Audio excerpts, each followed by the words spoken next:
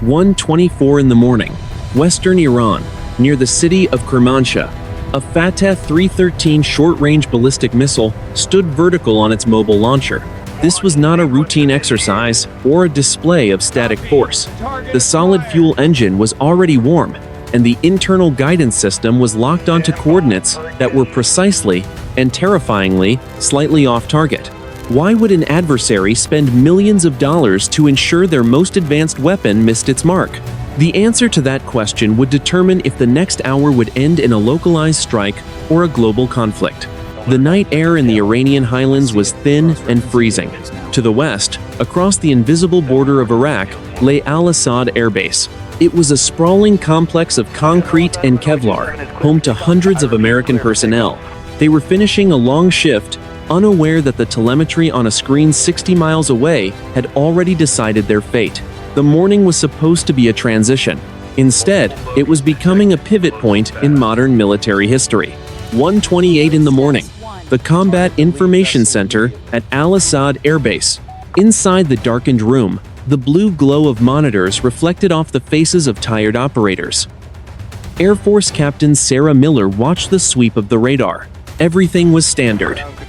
2 transport planes were on the apron. A single drone was loitering to the north. The environment was a familiar pattern of heat and electronic noise. Then, a notification spiked on the high-altitude surveillance feed. The computer generated a yellow diamond over the Iranian border. It was a thermal bloom, then another, then 6 more. Miller leaned forward. Her heart rate did not climb yet. Her training took over first. Miller spoke to the duty officer. "Sir, we have multiple heat signatures from the Kermanshah sector. Probable ballistic launches." The duty officer did not hesitate, confirming tracking. "Alert the base. Get everyone into the bunkers now." The sirens began a second later. It was a low, mechanical wail that tore through the silence of the Iraqi desert. It was a sound that meant the distance between peace and war had just closed to zero. 1:31 in the morning, the launch site near Kermanshah. The Iranian commander stood inside a mobile command vehicle. He watched a digital map of Al-Asad Airbase. Each Fateh-313 missile was equipped with a satellite-aided navigation system. It was capable of hitting a target within 10 meters. But the commander was not looking for a direct hit on the barracks. He was looking at the empty sand exactly 200 meters to the east of the fuel depots. He spoke to the technician at the console. "Is the trajectory stable?" The technician checked the scrolling lines of code. "Confirmed. The guidance logic is holding the offset. We are hitting the psychological target, not the physical one." The commander nodded. "Let them see how close we can get without touching them. That is the message." Outside, the first missile cleared the rail. A pillar of white fire illuminated the desert for miles. The roar was physical, a wall of sound that shook the earth.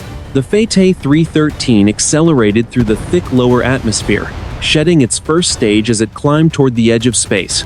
It was a masterpiece of engineering used to perform an act of strategic theater. 1:34 in the morning, high above the Zagros Mountains, the missiles reached their apogee.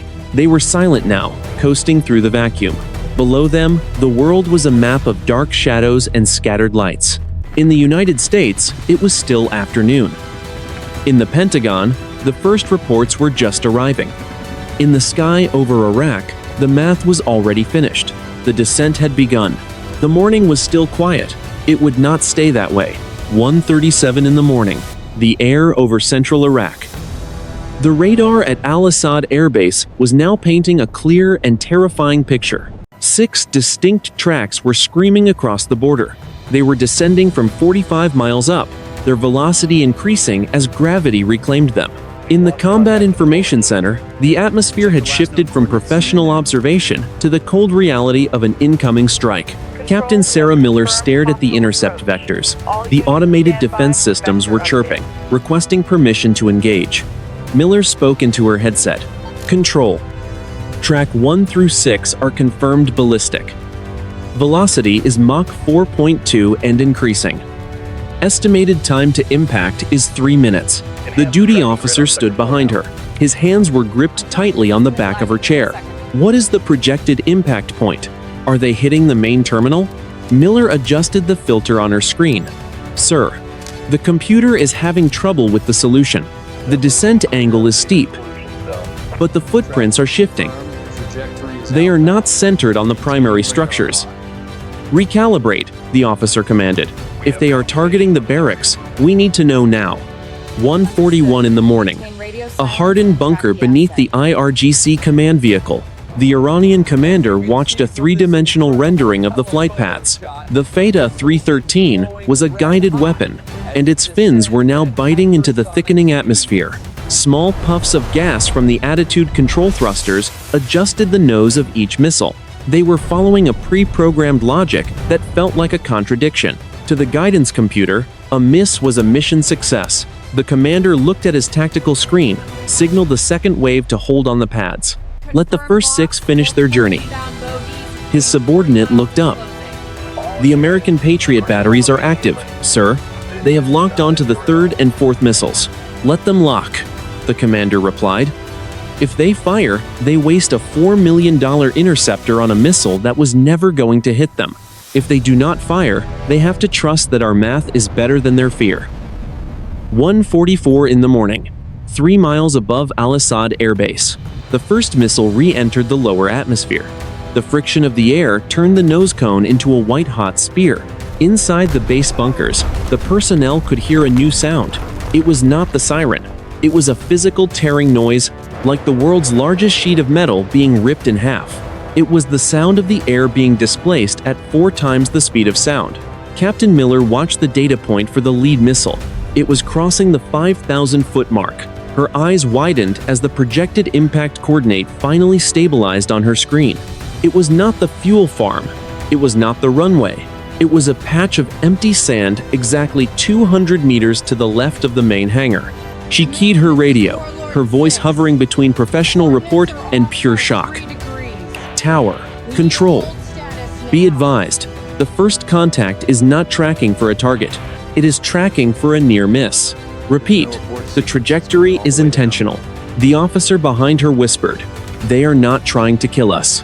They are trying to prove they can." A massive flash of light illuminated the radar room through the reinforced windows. The floor buckled. The sound followed a heartbeat later. It was not a direct hit, but the message arrived with the force of a hammer. 1:46 in the morning. Al-Asad Airbase. The dust had not yet settled from the first impact. The ground was still humming from the energy of the Fateh-313 strike. Inside the Combat Information Center, Captain Sarah Miller stared at her console. Her hands were steady, but the data was chaotic.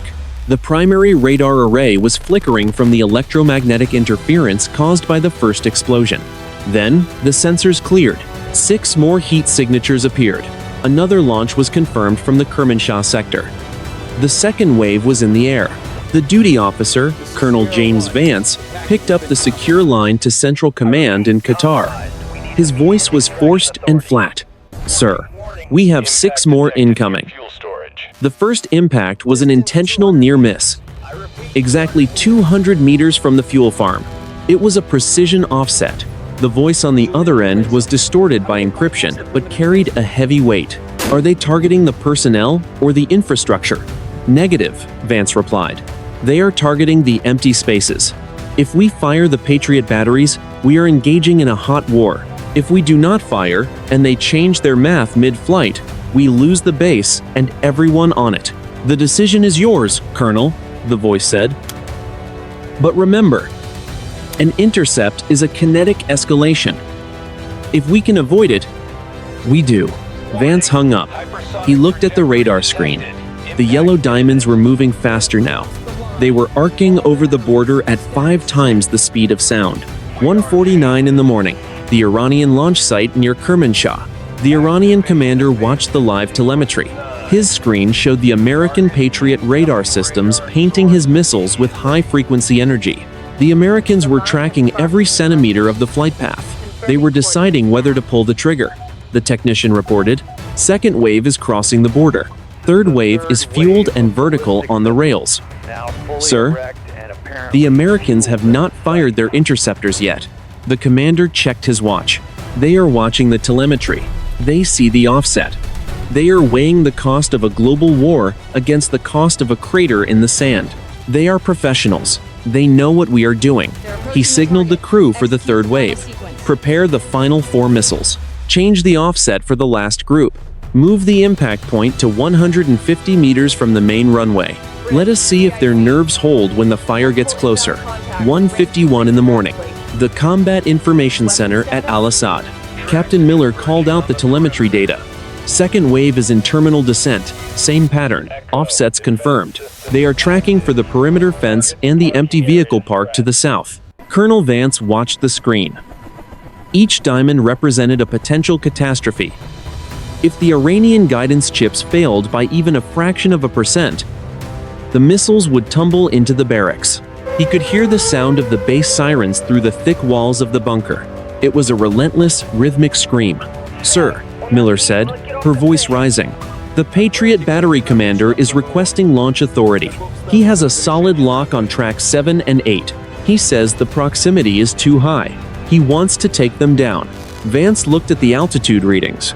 The missiles were at 30,000 feet and dropping. "Tell him to stand down. Repeat. Hold fire on the Patriots. We are not giving them the escalation they want. Let the sand take the hits." The air began to scream again. It was a lower frequency this time. The second wave was larger, and the atmospheric displacement was more intense. The sound of the air tearing apart returned. It was louder and more violent than before. Inside the bunkers, soldiers gripped their rifles and waited for a blast that might never come. The base was silent, except for the sirens. The world was watching through satellites and sensors. Everyone was waiting for someone to make a mistake. 1:54 in the morning. The White House Situation Room, Washington, District of Columbia. The room was filled with the low hum of cooling fans and the quiet murmurs of high-ranking officials. On the main wall, a live satellite feed showed Al-Asad Airbase in infrared. Tiny flashes of white heat punctuated the dark desert floor. These were the impact points of the first wave. The National Security Advisor leaned over a printed report. He spoke to the room. The Pentagon confirms 6 impacts. Preliminary damage assessment suggests 0 casualties. All missiles landed between 150 and 1%, 250 meters from occupied structures. A general in the corner shook his head.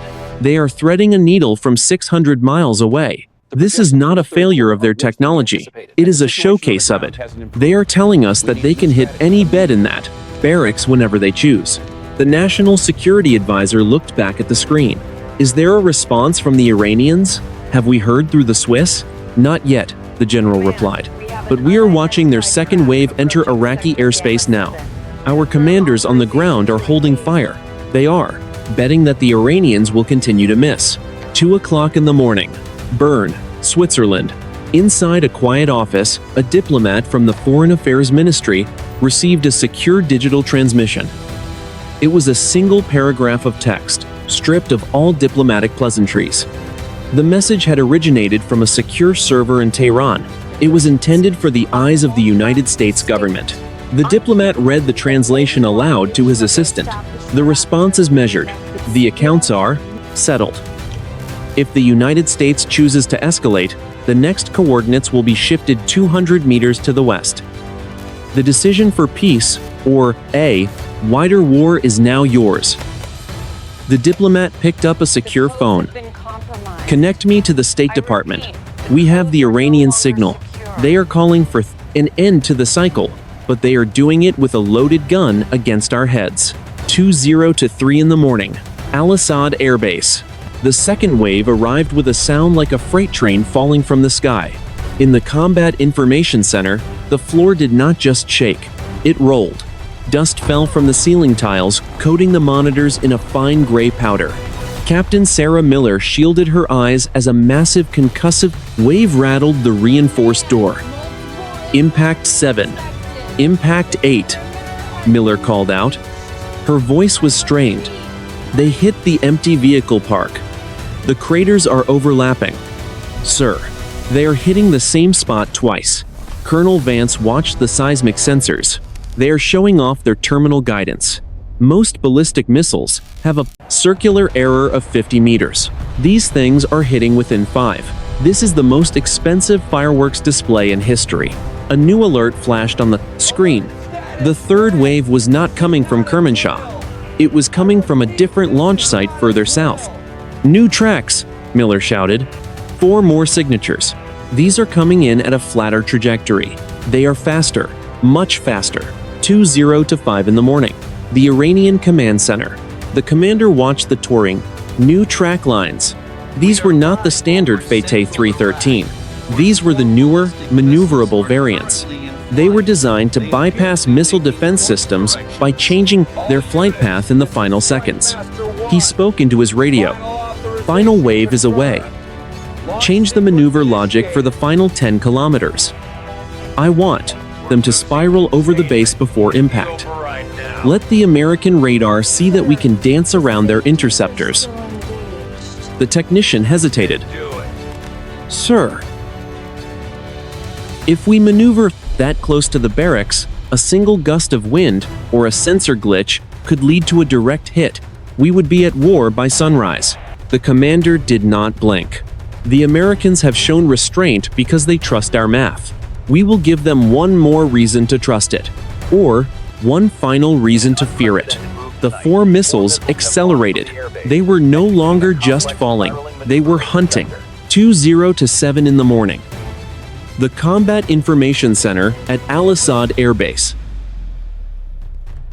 Captain Sarah Miller stared at her display. The 4 new diamonds were not moving in a predictable arc. They were zigzagging across the radar screen.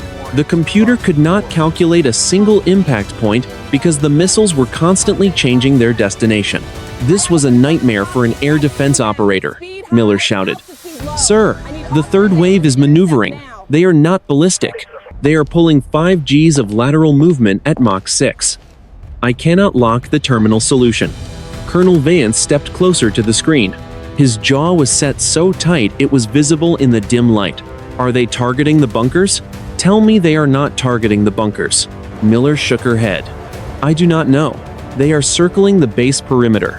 It is like they are loitering at hypersonic speeds. The computer is flagging a collision warning for the entire facility. The radio crackled. It was the Patriot battery commander. Colonel, this is Guardian 1. My systems are screaming. I have a firing solution on 2 of them, but they are dodging. If I do not fire now, I lose the window. Permission to engage. Vance looked at the screen. The missiles were now directly over the base, 3 miles up, performing a violent spiral. Negative. Guardian 1. If you fire and miss, or if you hit one and the debris falls on the barracks, we start a war. Stand down. That is an order. 2:0 to 9 in the morning. The Iranian command vehicle. The technician was sweating despite the air conditioning. His fingers flew across the keyboard. The maneuvering thrusters are at 90% capacity. The thermal stress on the nose cones is reaching the limit. If we hold this spiral for another 10 seconds, the missiles will disintegrate in midair. The commander did not move. He watched the white lines of the flight paths circling the American base like a predator. Hold the pattern. Let their sensors record every turn. Let them understand that their interceptors are useless against this technology. The technician's voice trembled. Sir, Missile 3 is experiencing a sensor glitch. It is drifting toward the primary hangar. I am losing the offset logic. The commander leaned in. Correct it manually. Do not let it hit. I am trying, the technician replied. The command link is lagging. It is moving too fast. 2:11 in the morning. Al-Asad Airbase. The sound above the base had changed. It was no longer a rip. It was a high-pitched, mechanical scream that vibrated in the teeth of every soldier in the bunkers. The 4 missiles were carving a path through the sky, glowing like fallen stars. One of them suddenly broke the spiral. It dipped low, its nose pointing directly toward the center of the airfield. Captain Miller's voice was a whisper. One is breaking away. It is coming straight for us. Time to impact. 5 seconds. 4. Colonel Vance closed his eyes for a fraction of a second. Everyone down. Bracing. Inside the bunker, the air seemed to vanish. The pressure was building. The ground began to moan. a deep, tectonic sound that preceded the final strike. The soldiers held their breath. They were at the mercy of a guidance chip 600 miles away. The silence of the desert was about to be replaced by the loudest sound they would ever hear. The missile was 300 meters above the hangar. Its thrusters fired one last time. The morning was about to turn into noon. 2:12 in the morning. Al-Asad Airbase. The final guidance correction was a miracle of engineering. Or a nightmare. The third missile did not hit the hangar. It did not hit the barracks. It cleared the roof by 30 meters. The heat from the engine scorched the metal skin of the structure. Then, it slammed into the concrete taxiway exactly 200 meters past the building. The explosion was a blinding, white-hot sphere. It did not just move the air, it shattered it. Inside the Combat Information Center, the shockwave arrived as a physical blow. The reinforced walls groaned. The monitors went black. Captain Sarah Miller felt the floor drop away. It was a second of absolute, terrifying weightlessness. Then, the weight of the world returned with a roar. 2:13 in the morning. The final impacts. The last three missiles arrived in a staggered sequence. 1, 2, 3. Each one found a patch of dirt. Each one avoided a life. The pattern was a perfect circle around the central command node. It was a ring of fire.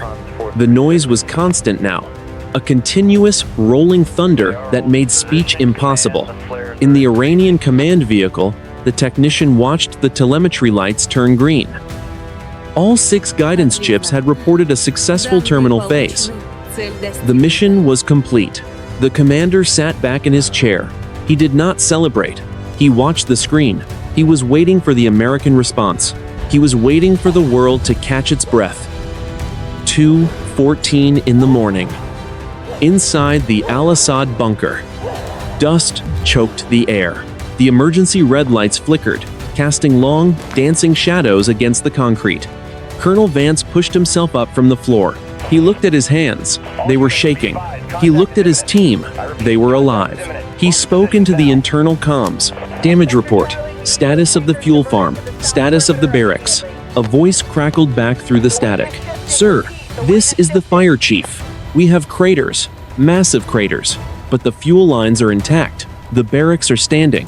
We have broken glass and some structural cracks. But no casualties. Sir, I repeat, 0 casualties." Vance looked at the black monitors. They missed. On purpose. Every single one of them. 2:15 in the morning. The strategic sweep. In the Combat Information Center, the backup power kicked in. The screens blinked back to life. Captain Miller wiped the dust from her console. She began to run the diagnostic on the long-range radar. The Iranian launch sites were cooling down. No new thermal blooms. No new missiles. The sky over the border was finally clear. But as the radar performed its first full sweep of the upper atmosphere, a new icon appeared. It was not a yellow diamond. It was not a ballistic track. It was a silver dot. It was sitting at 120,000 feet. It was stationary. No aircraft could hover at that altitude. No satellite could stay fixed in that position. Miller leaned in. Her eyes narrowed. "Colonel, I have a contact. High altitude. Extreme high altitude." Vance stood over her shoulder. "A drone?" "Negative," Miller replied. "It is not broadcasting a transponder. It has no thermal signature. And it was not there 30 seconds ago. It appeared exactly when the last missile hit the ground." The computer tried to calculate the object's mass. The numbers spun wildly before settling on 0. The object did not exist according to the laws of physics. Vance reached for the secure line to the Pentagon. "This is Al-Asad. We have a primary engagement concluded. But we have a secondary anomaly. We are being watched. And it is not the Iranians." The silver dot on the screen began to glow. A pulse of energy moved across the radar sweep, blinding the sensors for a fraction of a second. Then, 2:16 in the morning. Al-Asad Airbase. The silver dot on the monitor did not behave like any known aircraft. It was sitting at 120,000 feet. This was nearly double the operational ceiling of the most advanced spy planes. Captain Sarah Miller tried to zoom in with the long-range infrared camera. The screen flickered. A wave of static washed over the display, followed by a series of geometric patterns that the computer could not interpret. Miller spoke to the room. "Sir, my console is losing primary function. The signal from the high-altitude sensor is being overwritten." Colonel Vance leaned over the desk. "Overwritten by what? Is it a jammer? From the Iranian side?" "Negative," Miller replied. "A jammer would create noise. This is data. It is a high-density stream of information. Our systems are trying to translate it, but the architecture is unrecognizable." "Sir, the base power grid is fluctuating." Outside, the perimeter lights dimmed and then surged.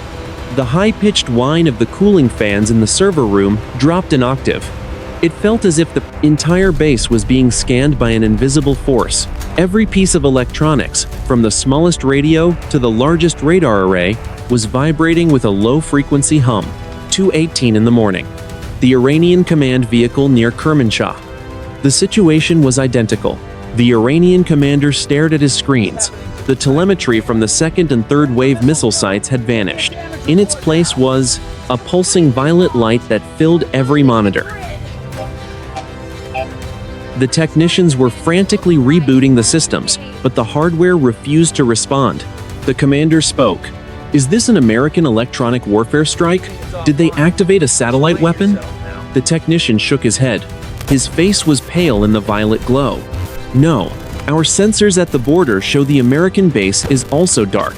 Their radar signature has disappeared. Their communications are silent. Whatever this is, it is hitting both of us at the same time." The commander looked out the window. High above the Zagros Mountains, a faint light began to shimmer. It was not a star. It was a perfect circle of pale silver. It was beautiful and terrifying. It hung there, silent and indifferent to the missiles that had just crossed the sky. 2:21 in the morning. The pivot. A sudden silence fell over the Al-Asad Combat Information Center. Every screen went black. At the exact same moment, the hum stopped. The air conditioning died. For 3 seconds, there was absolute darkness. Then, a single monitor in the center of the room powered on. It was not connected to the main server. It was not even plugged into the backup battery. It showed a map of the region. The map was live. It showed the Iranian launch sites. It showed the American carrier group in the Persian Gulf. It showed every missile crater around Al-Asad. A line of text appeared. On the screen, it was written in English and Farsi. The text read, "The demonstration of precision is noted. The demonstration of restraint is required. Kinetic escalation will no longer be permitted." Colonel Vance felt a chill that had nothing to do with the desert night. "Who is sending that?" "Miller." "Is that coming from the National Security Agency?" Miller whispered. "Sir, that monitor is not on the network. There is no source for that signal. It is being projected directly into the liquid crystal display." Outside, the silver dot began to descend. It did not fall. It moved with a smooth, effortless grace that ignored the laws of inertia. It was dropping toward the center of the base. It was coming to the very spot where the last missile had landed. The pivot had arrived. The conflict between two nations had just become a secondary concern. Both sides were no longer the primary actors in their own war. 2:24 in the morning. The White House Situation Room and the Supreme National Security Council in Tehran. The message on the monitors at Al-Asad was not an isolated event. Reports were flooding into the Pentagon from across the globe. Every Aegis destroyer in the Persian Gulf and every Iranian radar station along the coast was seeing the same text. The electronic systems of two opposing militaries had been bypassed with surgical precision. It was not a hack. It was a total override of the fundamental physics of their hardware. The National Security Advisor stared at a frozen screen in Washington. He spoke to the Director of Cybersecurity. "Tell me we have a trace on the source. Tell me this is a terrestrial signal." The director shook his head. His voice was hollow. "Sir, the signal is not coming from a terrestrial array. The satellite uplink indicates the data is originating from the high-altitude object directly over Iraq. It is not using a known frequency. It is manipulating the light in the fiber optic cables themselves. In Tehran, the reaction was one of stunned silence. The Iranian leadership had expected a conventional military response. They had prepared for an American airstrike. They had not prepared for a third party to step between two nuclear powers and issue a command. The Iranian commander near Kermanshah looked at the silver light in the sky. He realized that his missiles were no longer the most advanced weapons in the theater. 2:35 in the morning, above the central taxiway at Al-Asad, the silver object had reached its final hover altitude of 500 feet. It was silent. There was no downwash from rotors. There was no heat from a jet engine. It was a sphere of polished metal that seemed to absorb the red emergency lights of the base. Colonel Vance stepped out of the Combat Information Center.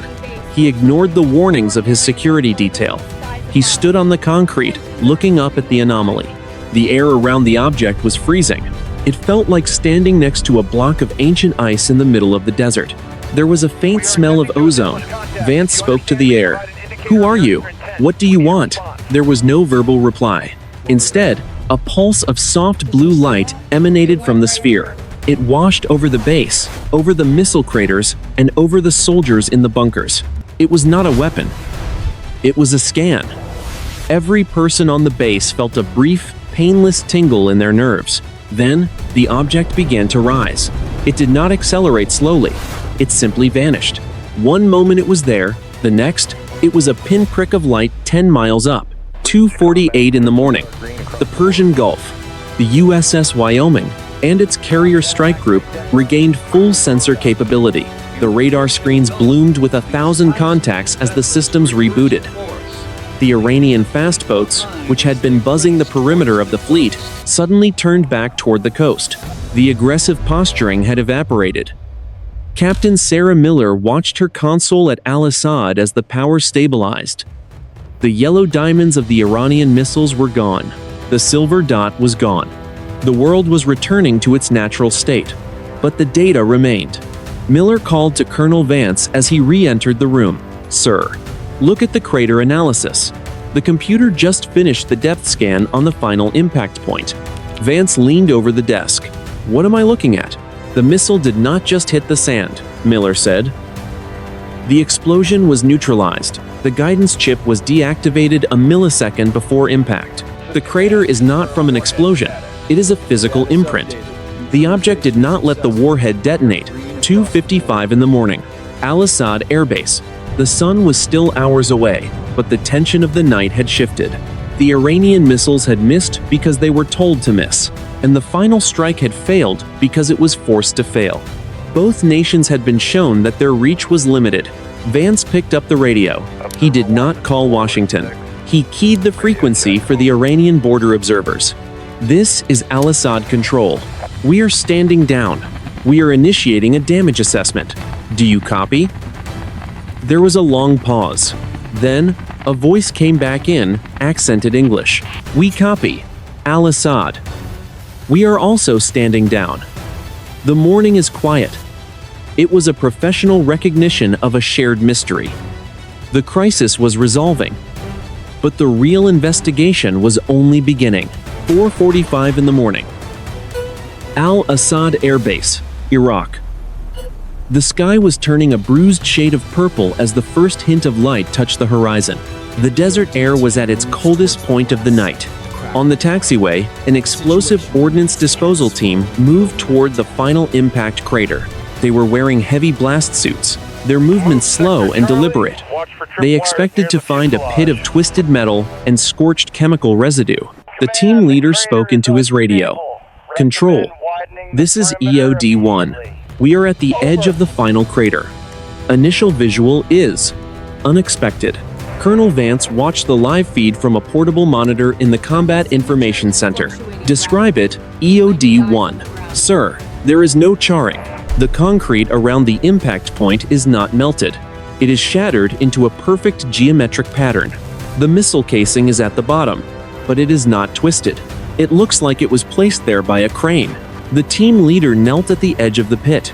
He held a sensor for radiation and a chemical sniffer. Both remained silent. "Sir, There is no trace of high explosives. No fuel. No radiation. It is like the warhead was emptied of its energy in a single nanosecond. The electronics on the missile are completely fused into a single block of glass. Vance looked at Captain Miller. She was still monitoring the high-altitude sensors. The silver dot had not returned.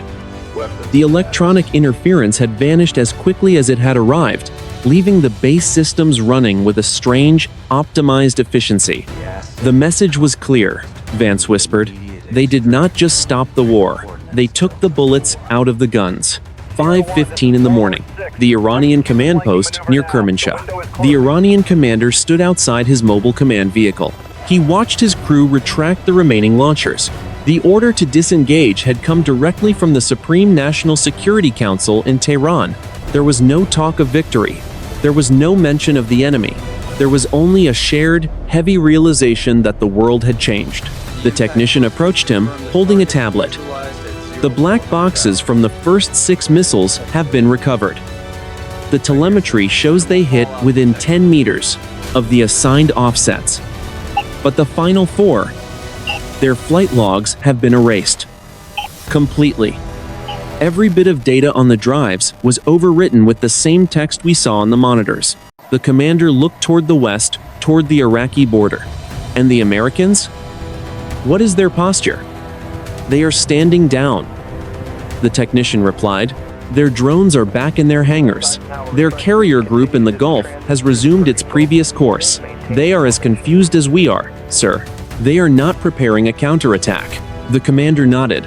We showed them our reach, but something else showed us both our limits. Inform Tehran that the sector is clear. We are returning to base. This mission is over. 6:15 in the morning. The Pentagon, Washington. The National Security Advisor sat in his office. He had a secure video link open to the Swiss ambassador. The tension of the midnight hour had transitioned into a cold, clinical curiosity. The global markets would open in a few hours, and the world would need a story that made sense. The Iranians are officially claiming a successful test of their precision systems, the advisor said. We are officially claiming that our defenses were not required, because the missiles were not tracking for targets. Both sides are maintaining the narrative of control. The ambassador nodded on the screen. And the intervention? The silver object? The message that appeared on every screen in the Middle East? It does not exist in the official report, the advisor replied. It is being classified at the highest level of special access programs.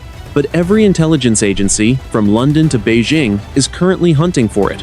For now, the region is stable. But the status quo is dead. We are no longer the only powers in this sky. The sun was finally rising over the Iraqi desert. It cast long shadows across the 12 craters that ringed Al-Asad Airbase. Each one was a testament to human skill, and each one was a reminder of a new, silent authority. 3 days later, 9:15 in the morning, Wright-Patterson Air Force Base, Ohio. Inside a high-security laboratory, a team of specialized technicians in white clean suits hovered over a steel table. On the table lay the remains of a guidance processor recovered from the 3rd missile impact at Al-Asad. It was a small block of silicon and gold, the brain of the Fateh-313. Under a powerful electron microscope, the circuits appeared perfect. There were no burn marks. There was no physical trauma. The lead scientist stepped back from the eyepiece. He spoke to a group of intelligence officers standing behind a glass partition. The hardware is pristine, but the software is gone. It is not just erased. The atomic structure of the storage medium has been rearranged. It is no longer a computer chip. It is a piece of inert glass. An officer from the Defense Intelligence Agency took a note. Is it a result of the Iranian self-destruct sequence? Negative, the scientist replied. A self-destruct uses a surge of electricity to melt the gates. This was a targeted manipulation of the electrons themselves. We do not have the technology to do this. Neither do the Iranians. Whoever touched this missile did so at the subatomic level. 10:30 in the morning. Tehran, Iran. The commander of the Aerospace Force of the Revolutionary Guard. sat in a quiet garden. He was drinking tea with a senior diplomat. The official reports had been filed. The public narrative was one of a successful retaliatory strike. The world was told that the missiles hit exactly where they were intended to hit. The honor of the nation was preserved, but the commander knew the truth was much more complicated. He spoke in a low voice. Our telemetry was perfect for the first 8 minutes. Then, the data simply stopped. We did not lose the signal. The signal was replaced by a zero-state frequency. It was like the universe decided our missiles no longer existed. The diplomat nodded. The Americans are saying the same thing through the Swiss channels. They are as baffled as we are. They are not looking for a fight. They are looking for answers. The commander looked up at the clear blue sky. We spent decades building a weapon that could challenge a superpower. And in one night, we discovered that we are both children playing with sticks in the dark. We discovered that we are both children playing with sticks in the dark. We will not be launching again for a very long time. 1:45 in the afternoon. Al-Asad Airbase, Iraq. The base was returning to its standard operational tempo. The craters had been filled with fresh concrete. The broken windows in the barracks had been replaced. But the atmosphere was different. The soldiers no longer looked at the horizon with the same singular focus. They looked up. Captain Sarah Miller stood on the edge of the taxiway near the site of the final impact. She held a handheld radar scanner, checking for any lingering anomalies. The screen was clear. The air was still. Colonel Vance walked up beside her. He looked at the fresh patch of concrete that marked the spot where the silver object had hovered. "Any sign of our guest?" Vance asked. "Nothing, sir," Miller replied. "The background radiation is lower than it was before the strike. The air is cleaner. It is like the base was scrubbed." Vance looked at the empty desert. The analysts in Washington are calling it a strategic stalemate. They say the Iranians proved their precision and we proved our restraint. They are trying to fit it into a box they understand. Miller turned off her scanner. "They did not see the text on the monitors, sir. They did not feel the ozone in the air. This was not a stalemate. This was a cease and desist order." Vance nodded slowly. Modern warfare is built on the idea of the ultimate deterrent. We thought we had it. The Iranians thought they had it. But the real deterrent is the one that can reach out and turn off your world without firing a single shot. 4 o'clock in the afternoon. The Pentagon, Washington. The final report on the Al-Asad incident was printed and placed in a lead-lined safe. It would not be shared with the public. It would not be debated in Congress. The event was classified as a high-altitude atmospheric phenomenon, coinciding with a conventional missile strike. It was a lie that served both sides. The strategic assessment at the end of the document was the only part that mattered. It stated that the era of uncontested human dominance in the upper atmosphere had ended on a Tuesday morning in January. The precision of the Iranian missiles was a known variable. The intervention was an unknown one. History is often written by the victors, but sometimes history is written by the silence that follows a crisis. On that morning in Iraq, no missiles flew into the barracks. No ships were lost in the Gulf. Both nations chose to step back from the edge of a cliff. They chose to believe their own lies rather than face a truth they could not control. The morning was quiet. The silence was not a sign of peace. It was a sign of a new kind of war. One where the most powerful weapons are the ones that are never allowed to explode. The precision of the miss was the ultimate message, and the message had been received.